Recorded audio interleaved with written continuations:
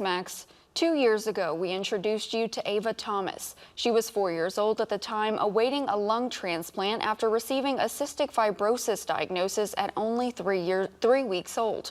Ava finally received a pair of lungs, and now her family is spreading awareness of pediatric organ donation.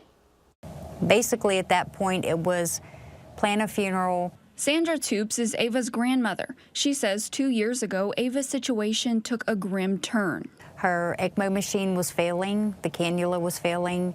The physicians nor the manufacturers knew what to do because it was uncharted waters for them. The primary purpose of an ECMO machine is to give the patient's heart and lungs time to heal and regain function.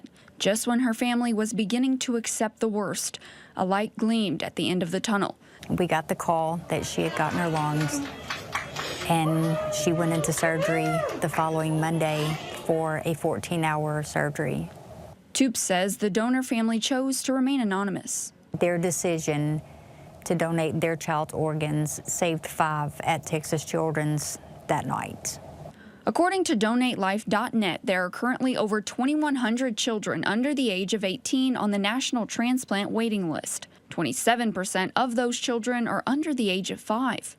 Toops says typically the first time you're asked about donating an organ is when you're getting your license or following a tragic incident. And though it's tough to think about, she believes it should be a conversation between parents before that. Parents need to be educated, and it needs to be brought to the forefront of their mind and no parent wants to think about it, but what if? You know, what if something happened to my child? Would I be willing to save another? Would I be willing to let my child live on, so to speak? Ava received her new lungs in November of 2022.